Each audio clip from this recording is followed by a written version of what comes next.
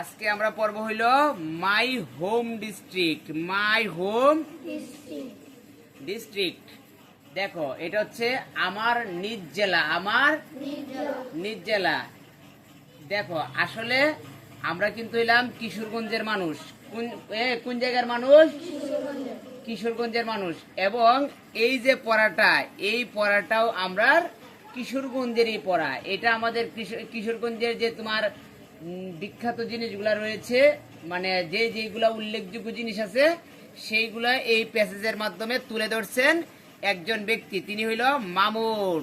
এই যে মামুন নামে ব্যক্তি, উনি আমাদের জেলাটাকে তুলে ধরছেন। এখন শুধুমাত্র এই যে 5 বইটা শুধুমাত্র কি আমরা কিশোরগঞ্জ জেলার মানুষই পড়ি, নাকি সারা বাংলাদেশের মানুষের হাতে এই বইটা আছে বলো তো দেখি?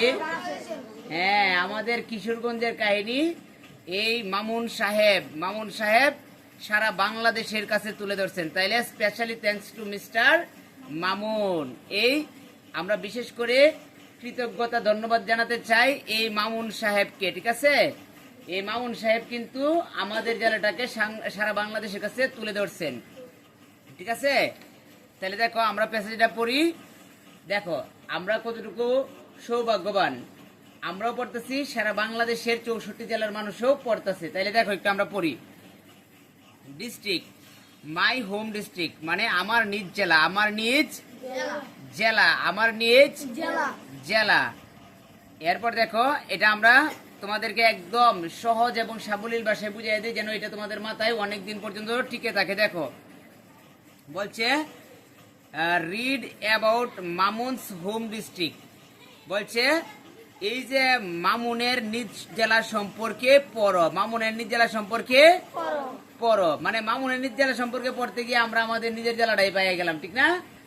দেখো বলছে মামুনে কিন্তু এই কাহিনীটা সবটা মামুনে লিখছেন।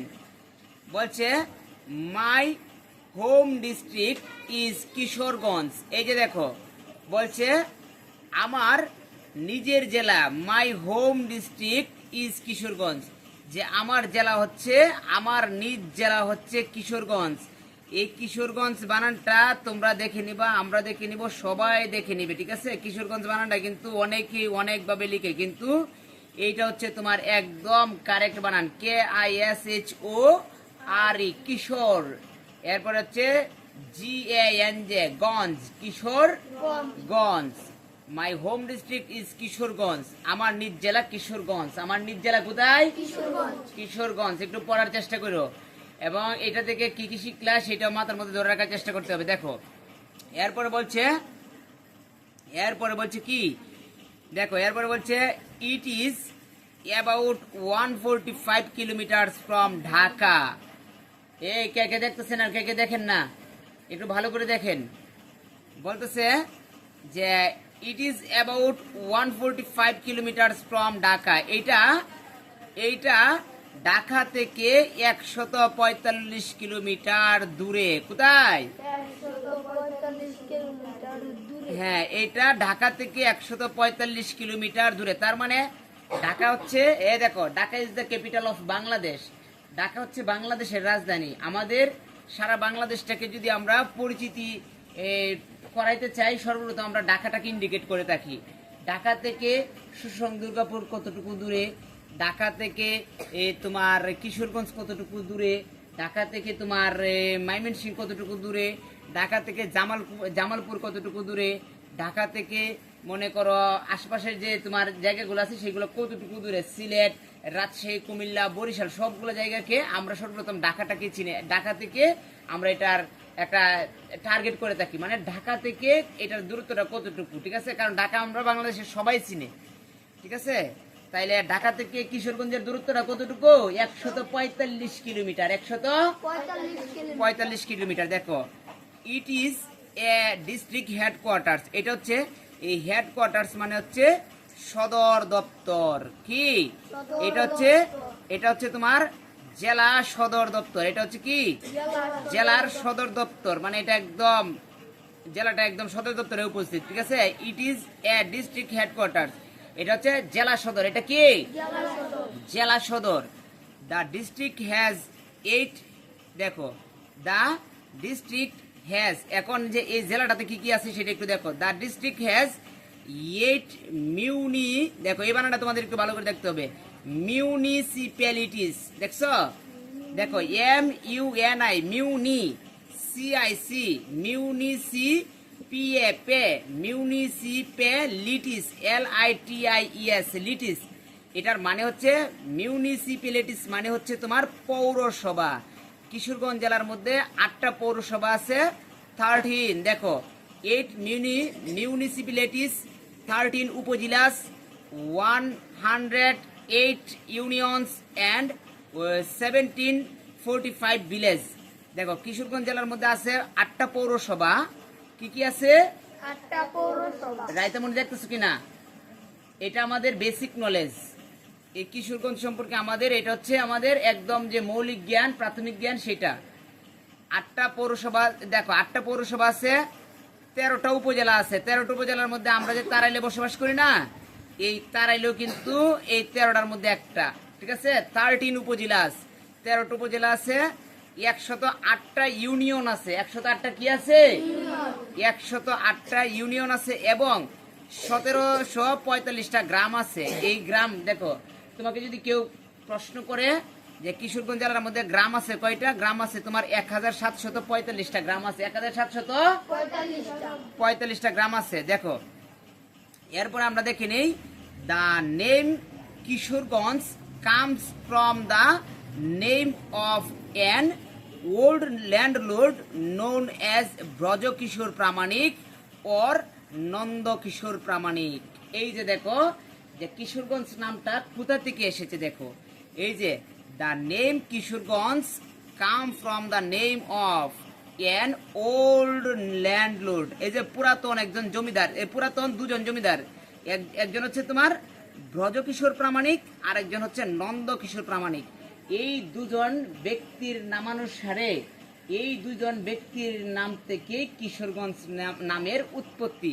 দেখো এই যে দেখো ব্রজকিশোর, এই যে কিন্তু কিশোর আছে, দেখছো কিশোর আছে, ব্রজর শেষে কিশোর আছে, আবার নন্দের শেষেও এই যে দেখো নন্দ কিশোর, এখানেও কিন্তু কিশোর আছে। এই দুজন কিশোরের নামানুসারেই এই কিশোরগঞ্জ নামের উৎপত্তি হয়েছে, ঠিক আছে।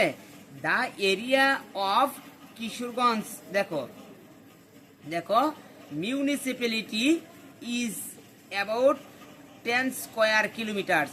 এই কিশোরগঞ্জ শহরের দ্য এরিয়া অফ কিশোরগঞ্জ শহরের এলাকাটা কি তোমার municipality is about 10 square kilometre, মানে এইটার আয়তন এই মানে এই কিশোরগঞ্জ জেলাটার আয়তনটা হচ্ছে তোমার 10 বর্গ কিলোমিটার। কি 10 বর্গ কিলোমিটার, 10 বর্গ কিলোমিটার। এরপরে দেখো the river Narsunda flows through the town.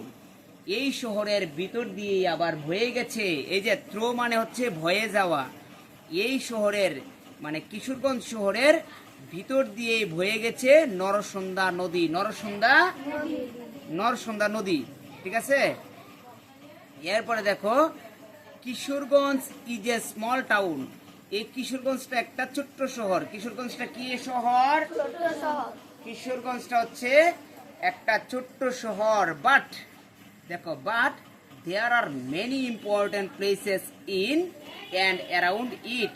বলছে কিশোরগঞ্জটা তো একটা ছোট্ট শহর, কিন্তু এইখানে there are many important places and around it, এটার চারপাশে আশেপাশে অনেক গুরুত্বপূর্ণ জায়গা রয়েছে, প্লেসেস, ঠিক আছে, অনেক গুরুত্বপূর্ণ জায়গা রয়েছে। বুঝতে পারতেছো কিনা?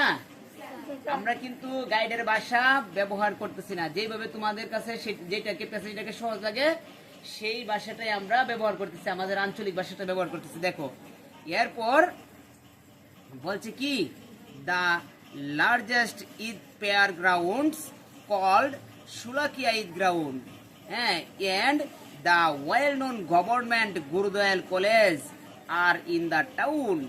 বলছে যে এই শহরের ভিতরে আছে কি কি আছে, যে বলছে অনেক উল্লেখযোগ্য জায়গা আছে, এর মধ্যে আছে কি একটা লার্জেস্ট ঈদ পেয়ার গ্রাউন্ডস, একটা বড় একটা ঈদগাহের মাঠ আছে, বড় একটা কি এর মাঠ আছে, ঈদগাহের মাঠ আছে, নাম যার হলো কল্ড সুলাকিয়া ঈদ গ্রাউন্ড। যেটার নাম হচ্ছে সুলাকিয়া ঈদগাহ। যেটার নাম কি? সুলাকিয়া ঈদগাহ।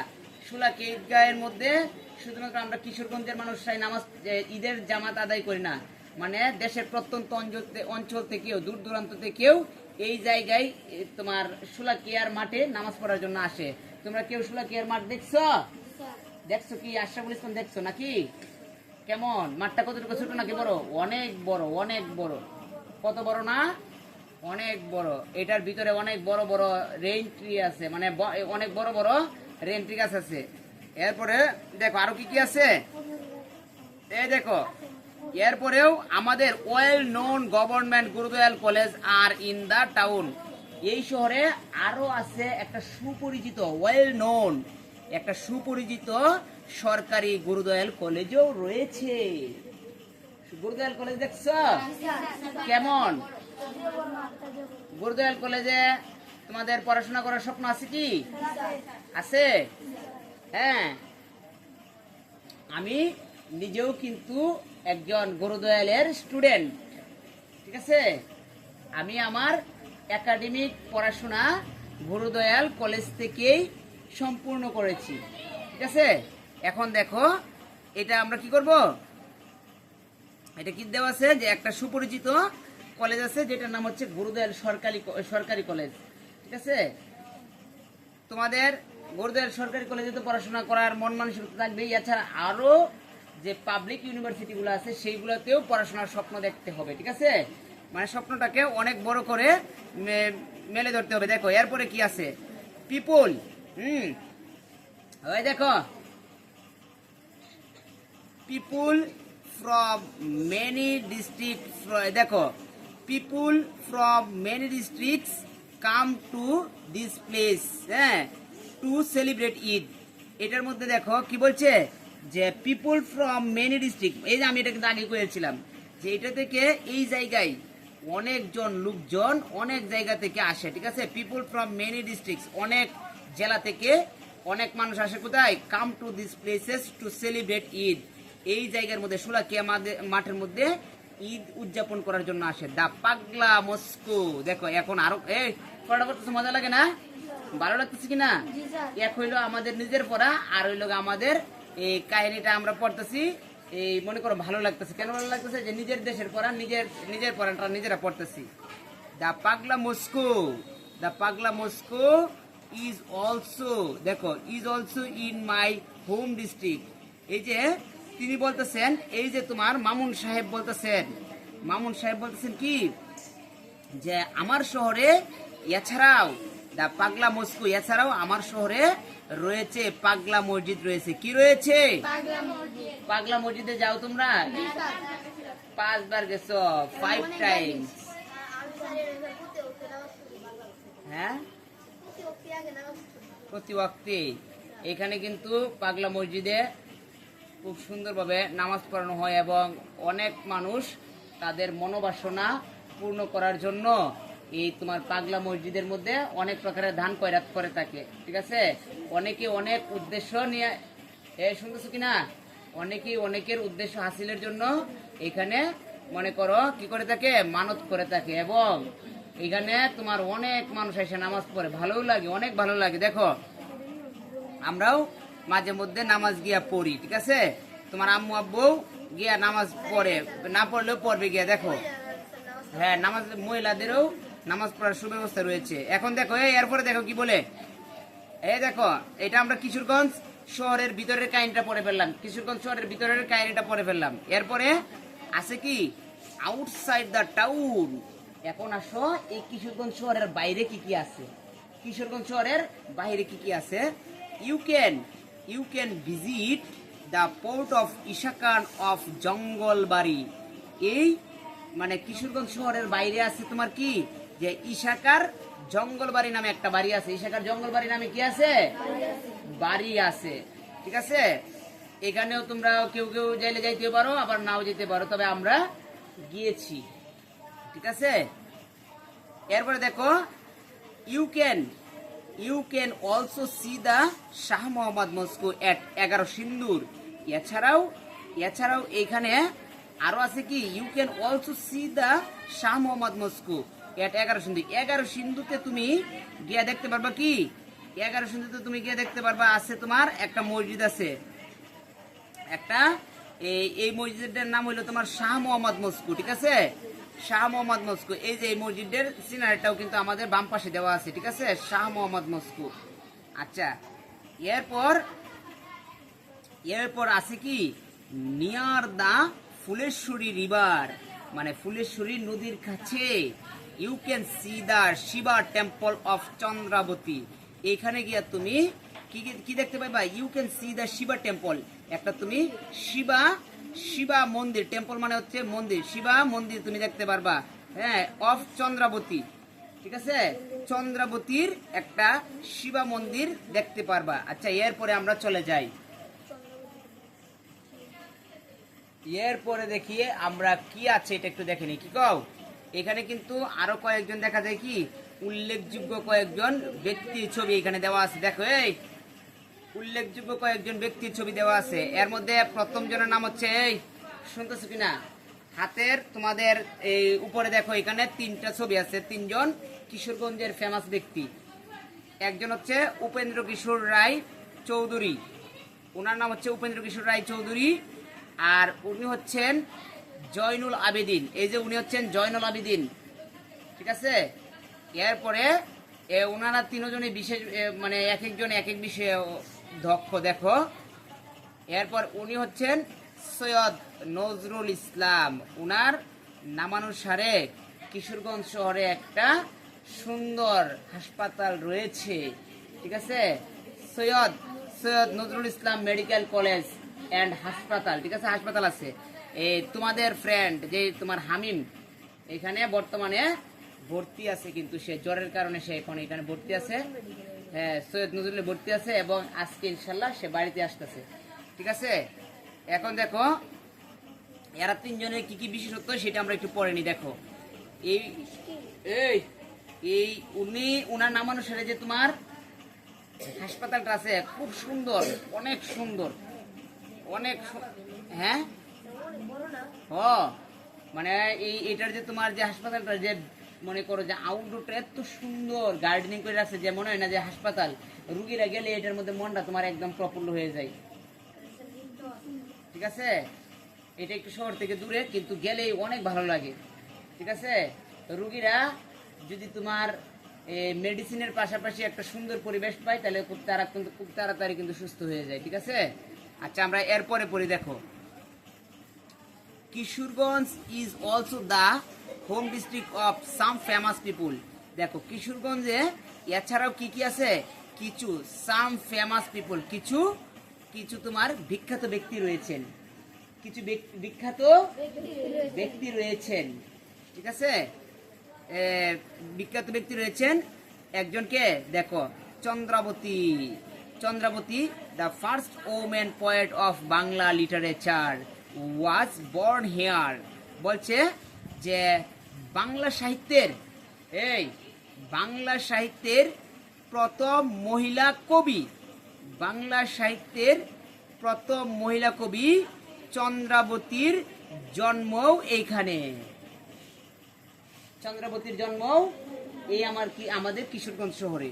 এরপরে দেখো বলছে কি, বলছে 2 writers of children's literature Upendra Kishore Ray Chowdhury and Sukumar Ray আর অলসো ফ্রম হেয়ার।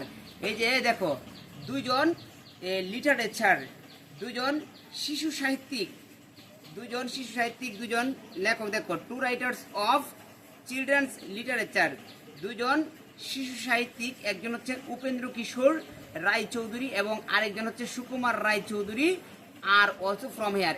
এরা 2জনেও এইখান থেকে এসেছে, মানে এরা 2জনে এই জায়গারই, ঠিক আছে?